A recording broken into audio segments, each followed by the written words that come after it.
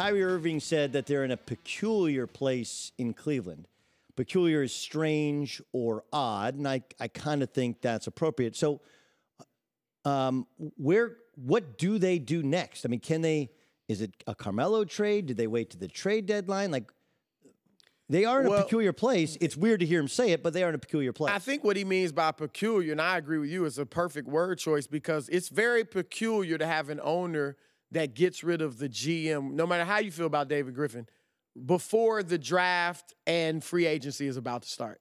That's peculiar. It's peculiar to meet with Chauncey Billups for 2 weeks and then lowball him and you haven't interviewed anybody else. So you have nobody else, as the plan B, and now you get left at the altar by Chauncey. So in that and you still have not named a general manager yet. We know Kobe Altman is doing it and looks like he'll probably get it. But this is all peculiar. As far as the roster, though, look, they're capped out. I actually think, and I'm not going to praise this too much, but the Jeff Green move isn't bad. Theoretically, you can throw him out there with LeBron and Kyrie and play a smaller lineup, and he can guard Kevin Durant, to some degree. So for what the money you gave him and all that, it's not a bad move. I just think this roster, look, you have the best player in the world. You have 2 perennial all-stars. You have a good cast of role players.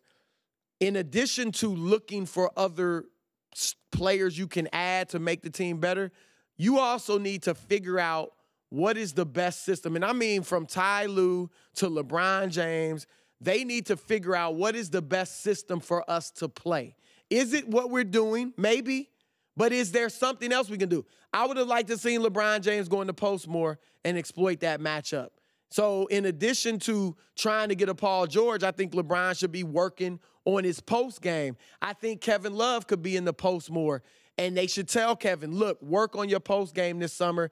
Oh, and we're going to go to you in the post. We're not just going to plant you at the three-point line. They did try and go to him in the post, like in game 1, he couldn't score on some of the guards of the Golden State. In fairness to the Cavs, I agree with you that they should be working on looking internal. And I understand that if you look at analytics, a post-up shot is it's not as efficient as shooting threes or shooting layups. Kickouts or layups is what you're looking for. On the other hand, there can be kind of the body blow effect to it. You can get into foul trouble. You can also slow the pace of the game there, and they lose the game in pace, as you mentioned many times, against the Golden State Warriors. This story from the New York Post, as Carmelo Anthony continues to push for the trade to Houston, the Knicks want to at least talk to him about the possibility of continuing with the organization. What's your read on why he won't even have the conversation about remaining with the Knicks with Phil Jackson not staying there? Well, obviously, Phil just threw him under the bus. And you're right, Phil's gone. But Steve Mills was right there with Phil. And Steve Mills is now the president. Now, Steve has had a good relationship with Melo, and I do think it can be mended. And it's nowhere near as bad as it was with Phil. But to Melo, it wasn't Phil was the driving force, but Steve Mills was on board. He was on board with it. And now you have a GM in Scott Perry who rightly is coming in and saying, look, first of all, he's got a relationship with Melo from the past, and he's always liked Melo in his game. And he said, why are we giving up 22, 23, 25 points a game for stuff we don't want? Just to get him out of here. Isn't that really what this is, though? Is that they have an offer for Melo, they have a team he wants to go to, but it's clearly not a good enough offer. Exactly. And so they want to negotiate from a point of strength, talk about the possibility of coming back, maybe talk to Cleveland when Cleveland's front office dust settles, and see if they can get another offer there. And just like anybody else who's selling an asset that has a declining value, try and drum up business by getting 2 offers to compete against one another. It is trying to reset his trade value because Phil killed it. That was the damage, in addition to ruining your relationship with Melo, making Kristaps Porzingis say, wow, that's how you talk about a future Hall of Famer? You also ruined his trade value.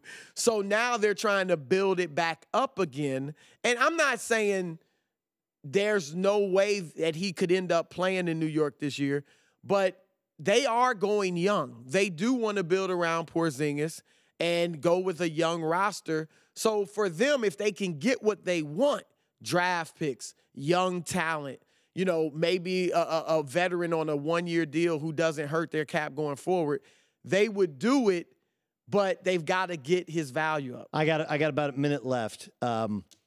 Will it, if he goes to Houston, will it work?